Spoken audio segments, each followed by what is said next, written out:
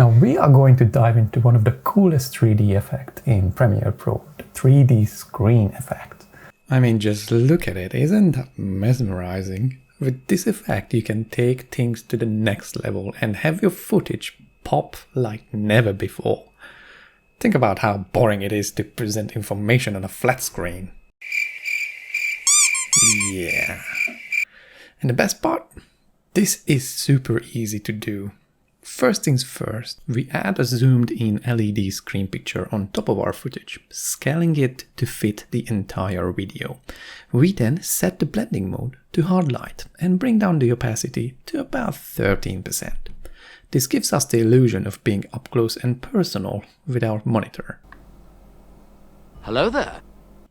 Next, we nest our footage and the LED screen, add the 3D effect to it, and angle our video in any direction we want.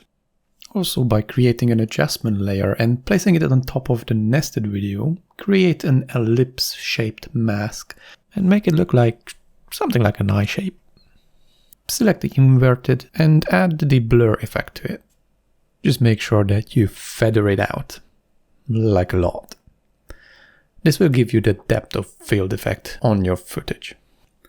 And if you want to get even more creative, you can add some animation by selecting your preferred swivel, tilt and distance position. Move your slider to the beginning and the end of your footage and select different position to add some movement. And voila, with just a few steps, you have added a visually stunning 3D screen effect to your video. Remember, the possibilities are endless, so go ahead, try it out and take your videos to the next level. Don't be afraid to experiment with different color combinations and angle rotations, like this one. Oh! Okay, if you made it till the end of this video, you are amazing. And if you want to check out some more tutorials, check out this video where I have made some pretty cool Premiere transitions.